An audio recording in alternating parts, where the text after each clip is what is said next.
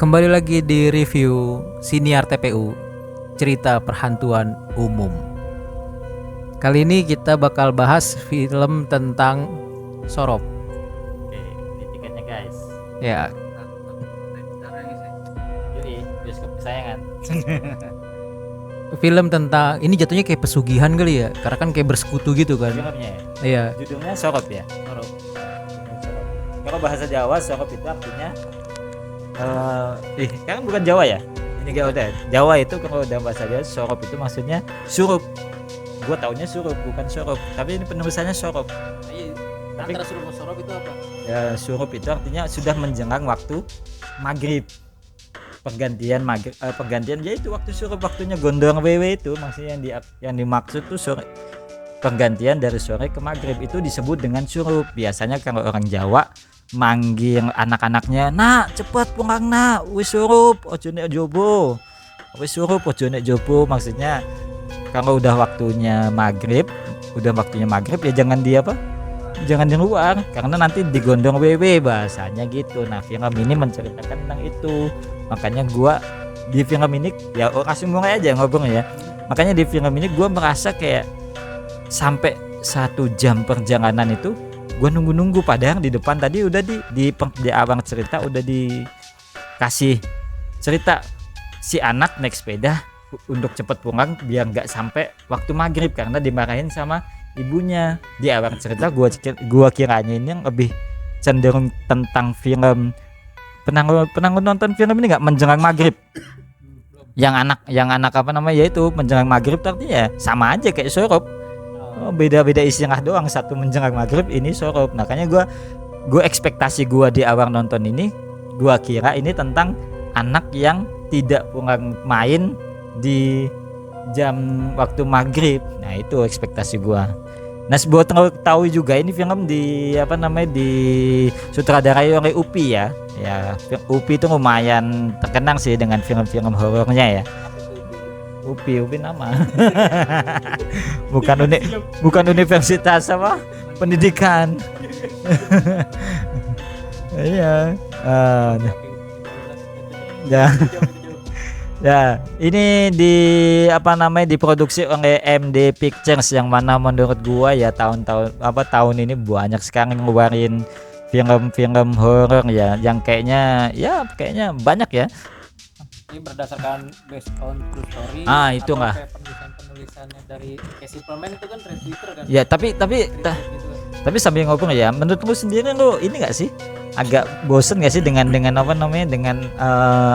film akhir-akhir ini? Kayak kemarin kita terakhir nonton, kayak bukan terakhir ya, yang nonton yang kemah-kemah itu apa? Kemah terlarang. Ya, yang kemah terlarang itu kayaknya setiap filmnya kita tonton selalu based on true story ya, abis itu on treat. Kemudian kayak hampir semua film tahun 2024 nih semuanya hampir kayak lebih cenderung berdasarkan itu. Kalau sekarang ini apa tadi, The Simple Man itu kan dari Unfinished Thread gitu. Iya, itu kan dari Twitter kan. Ya, masih tentang Twitter juga nggak ya intinya mah ya. Jadi kayaknya 2024 ini dikuasain sama orang-orang yang dari ya mungkin lagi ini kan ya. Tapi prediksi lo 2025 bakal sama juga kayak gini kan? Kalau gue mau sebenarnya mah nggak apa-apa kalau based on true story. Jadi kayak karena kan kita pernah masuk ke fase film horor itu tentang film yang seksi dan gak terlalu jelas storytellingnya kan. Nah, ini udah masuk ke ranah yang lebih serius, digarap secara serius, actingnya juga serius, storytellingnya juga serius. Kayaknya udah bagus aja sih. Dengan pijakan pertama tuh dari based on true story. Jadi kayak kita tuh punya cerita-cerita yang bagus gitu di masyarakat. Sayang aja kalau itu cuman ada di masyarakat situ doang. Nah, justru diangkat ke film kan supaya masyarakat di luar dari daerah situ tuh tahu, oh di tempat ini tuh ada begini ceritanya, oh horornya tuh begini, cerita hikayat tuh begini. Dan ya masih cukup baik lah untuk memperbaiki citra film horor yang dulu sempat seolah-olah kayak ya yang menampilkan paha dada doang gitu. Dan kayak film Simple Man juga kan beberapa walaupun dari treat gitu yang kayak Desa Penari dan sekarang juga Sorop.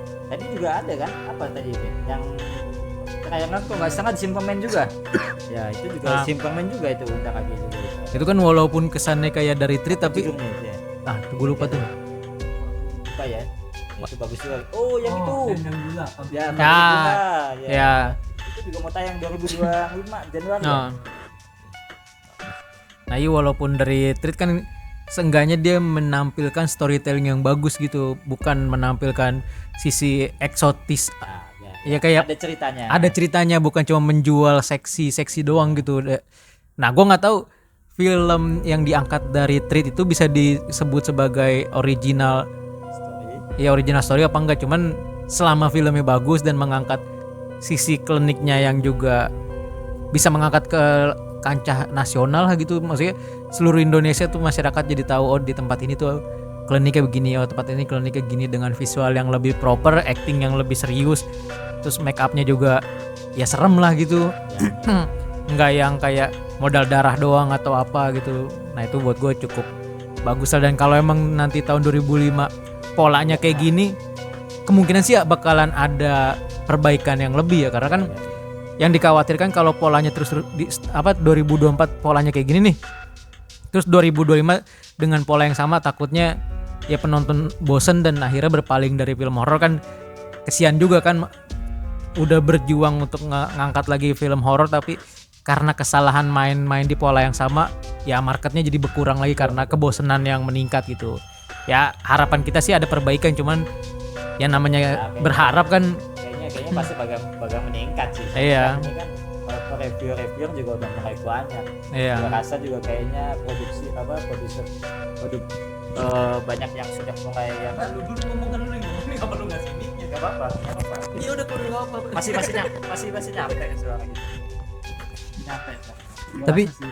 Tapi yang harus digaris bawahi selain perbaikan dari tahun ini nanti buat catatan untuk tahun depan, satu, jangan dari cerita Jawa lagi gitu. Banyaknya yang kita tonton tuh kayaknya cerita yang di Pulau Jawa, padahal kan cerita santet dari Kalimantan, terus cara di Sumatera, Papua, kemudian Sulawesi itu kayaknya jauh lebih menyeramkan menurut gua ya. Cuman lagi-lagi spotlightnya banyaknya di Jawa, dan mungkin Simple Man ini punya pengalaman hanya ada di Jawa gitu ya. Terus story tadi ya. Sebenarnya kita ada yang kelewat cuy. Ada yang kelewat nggak nonton ya, karena kita karena TPO juga beberapa film kita skip kan. Karena kita kan perkumpulan orang-orang. Nah, soalnya sebenarnya itu ada. Kemarin yang yang menceritakan bukan tentang Jawa itu ada. Itu di film yang udah hampir kita harusnya tonton dan masuk ke wishlist kita. Judulnya Segorop itu. Bukan Jawa, itu santet dari luar Jawa malah menceritakannya. Jadi itu santet luar. Iya, tapi dia bukan dari Jawa. Jadi santetnya itu berasal dari luar Jawa yang dipakai oleh orang Jawa. Jadi dia makanya kalau dalam cerita Segorop itu gua lihat tuh ya. Iya, itu meskipun ceritanya di Jawa, Ariham. Ya meskipun ceritanya di Jawa, tapi sebenarnya dia ngambil santetnya itu bukan santet ini, makanya artinya kan memang banyak di cerita itu. Oke lah, kita langsung masuk ke ini ya, review film ya. Ya film ini diceritakan film ini diperankan oleh peran utamanya tadi ada dua yang menarik untuk kita bahas. Pertama ada Hanna Manggasan, dan yang kedua ada favorit saya mungkin favorit kalian juga ya, yaitu Yasamin Jasem ya. Iya, dia keren banget sih menurut gua ya. Jadi the best banget ini karakter Yasamin Jasem. Hana ada lu pernah nonton film Hana sebelumnya, Pin? Ada? Gue susah nginget nama orang jadi gue gak tahu. Tapi kalau pokoknya gue tahu itu. Kalau Yasamin Jasem gue yakin kita pernah review sebelumnya. Ya. Kita review film punya si Ngembayung. Ya, oke. Ya, Yasamin Jasem kayaknya masih tahun 2024 ini banyak ya memerankan beberapa film ya, salah satunya ya Membayung kemarin yang kita tonton. Kalau Hana ini gue juga memperhatikan. Hana ini gue ngeliat nih orang nih meskipun dalam 2023 24 gue hampir nonton semua 3 film dia. Dia film horor tuh dia menceritakan dia berperan di 3 horor. Pertama itu 2023 itu gue nonton Susuk. Dia berperan sebagai apa namanya ya, film tentang susuk ya, dan itu bagus juga itu. Bagus juga. Susuk itu bagus itu, perannya Hana juga. Terus si tahun ini dia main Kereta Berdarah. Itu Kereta Berdarah itu bagus juga, dia main kayak dia meresapi aja setiap ini. Dan yang terakhir ya film ini yang gua tonton dari Hana itu ya bagus sih kalau kata gua. Dan ini cocok ya mereka chemistry jadi adik kakak di film ini. Kau pendapat lo gimana karakter berdua ini? Ya nggak tahu ya, karena adik gua laki, abang gua laki, jadi kedekatan tentang adik kakak perempuan tuh gua nggak terlalu relate. Tapi ngelihat aktingnya yang ngeblend, jadi berasa kayak adik kakak kandung beneran aja gitu. Tapi lo lihat gak sih keduanya tadi di film kayak mirip Hah? mirip gitu ya, maksudnya agak apa namanya? Iya mukanya agak cocok gitu jadi adik kakak Iya. kayak kita ada agak. Ntar lu gue inget-inget lu. Ya kayak Di momen ketakutannya sih kayaknya iya, ekspresi Iya. takut-takutnya gitu. misalnya kayak ada kemiripan apa nih, cocok pokoknya dua ini jadi adik kakak ya menurut gue ya. Kau pendapat lo gimana, Pin? Kan gue belum ngomong. Gue belum ngomong. Ya oke, terus Ya kalau sepenglihatan gue tadi selama nonton filmnya, justru gue bukan tentang di ekspresinya, gue suka di dialog-dialognya. dialog kita ya. Tanpa bermaksud spoiler, ada dialog si kakak itu minta, udah biar gue aja yang mati, itu buat gue nyentuh banget tuh. Oh iya, kita nggak boleh spoiler ya. Soalnya ini kan Iya. masih apa tayang perdana hari ini kita nontonnya. Kasihan. Nah momen itu tuh gue suka tuh, gue lebih suka di ya dialog-dialognya lah tentang kayak gimana seorang kakak berjuang, gimana seorang adik berterima kasih atas perjuangan kakaknya, dan itu ditampilkan ekspresinya emang menghidupi karakternya, tapi dialognya itu yang bikin kayak oh begini loh cara berterima kasih, oh begini loh cara bener-bener berkorban gitu, yang sampai udah nggak apa-apa gue aja lah. Nah itu yang menurut gue hubungan adik kakak jadi kelihatan keren tuh di dialognya tuh.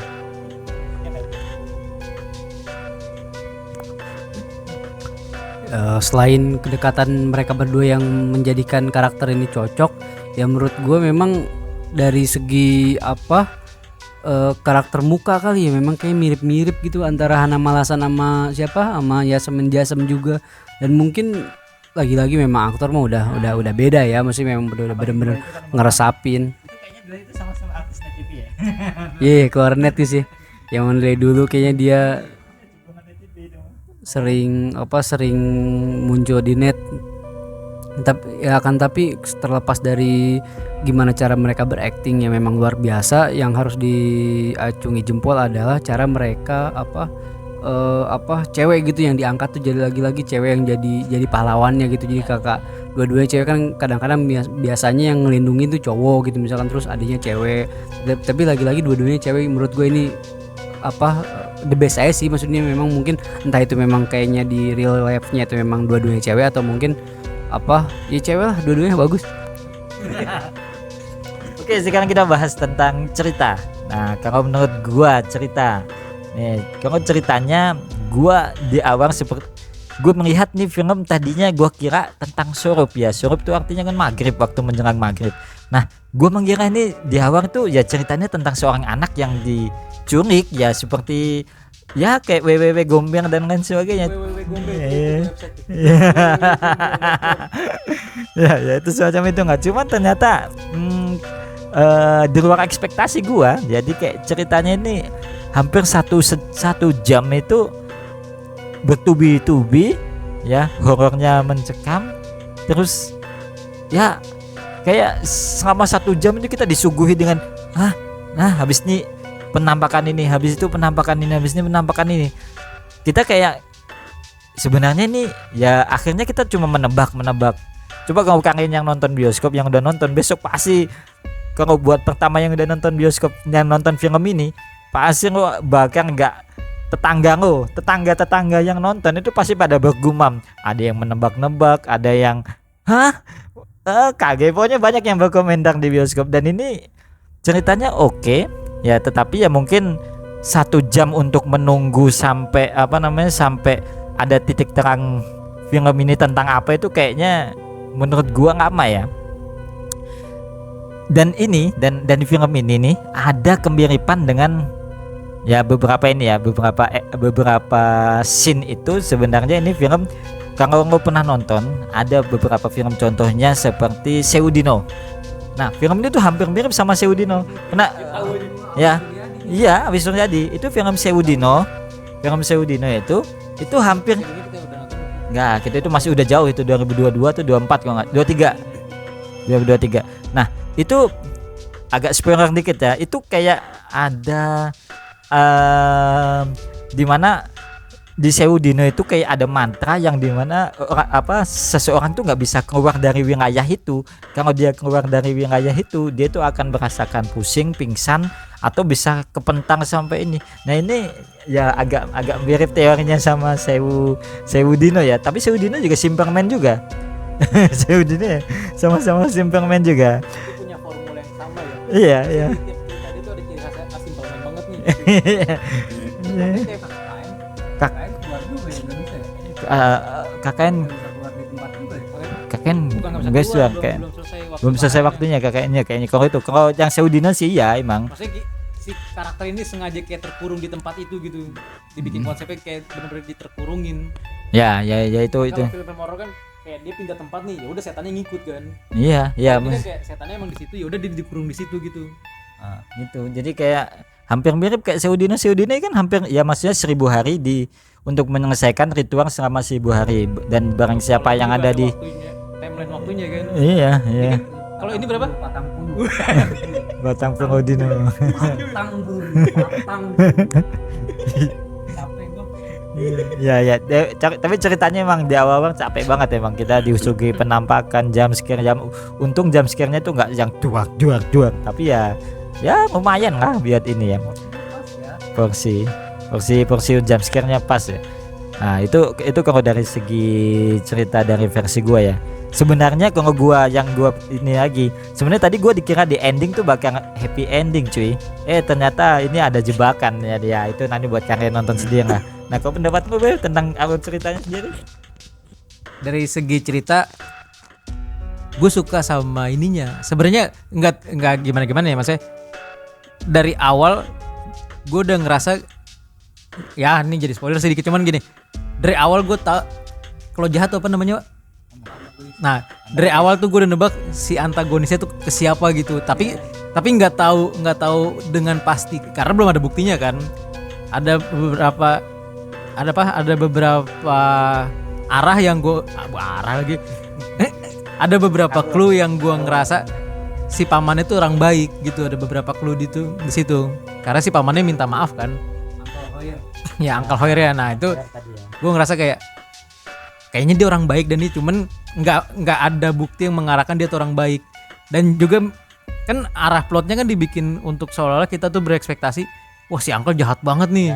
Nah, gue suka ceritanya ngebangun kita tuh akhirnya berekspektasi si Uncle ini jahat. Nah, itu Dan di pembukaan pun memang dikasih tahu bahwa kan memang kayaknya kita tahu bahwa siapa yang jadi setan dia yang jahat. Ya. Itu. Nah, gue suka pemataan asumsinya di setiap adegan-adegan gitu. Jadi pindah adegan ini, asumsi kita yang tadi wah ini gini nih dipatahin. Sama kayak waktu nanti ada satu scene yang si Isti itu diserupain, itu gue suka banget. Bagaimana cara si kakaknya ini kayak dipimpong gitu. Mana nih adik gue yang bener nih, mana adik gue yang bener. Terus juga hampir sama polanya pengulangan ke si bibinya tuh. Dan ya polanya kayak kita dipimpong dan kita disuruh nebak gitu kayak nih. Jadi penonton tuh kayak diajak mikir, ayo menurut tuh yang Isti yang mana nih? Yang di sini apa yang di sini? Nah, itu kayak gitu tuh. Terus kayak bibinya, ayo menurut tuh si bibinya ini datang dari mana nih? Terus yang bener tuh yang ini apa yang ini? Nah, itu gue suka cara Simpleman itu menuliskan skrip naskahnya untuk mengajak Thread-nya, Simpleman hanya thread. oh thread ya? Iya, Oh, ya pokoknya siapapun ya, Simpleman juga termasuk orang yang punya andil untuk oh ini gini nih ya, Simpleman dan sama Terus apa sih Simpleman? sama penulis naskahnya yang gue respect tuh, dia bisa mengajak penonton untuk masuk terlibat di, bukan cuma kan beberapa film kan kayak kita tuh disuruh nebak ini adegan ini setelah ini apa nih gitu kan. kita tuh disuruh nebak kelanjutan dari adegan-adegan itu. Nah kalau Simple Man tuh bukan menebak adegannya, tapi menebak ini di antara dua orang ini mana yang asli mana yang palsu.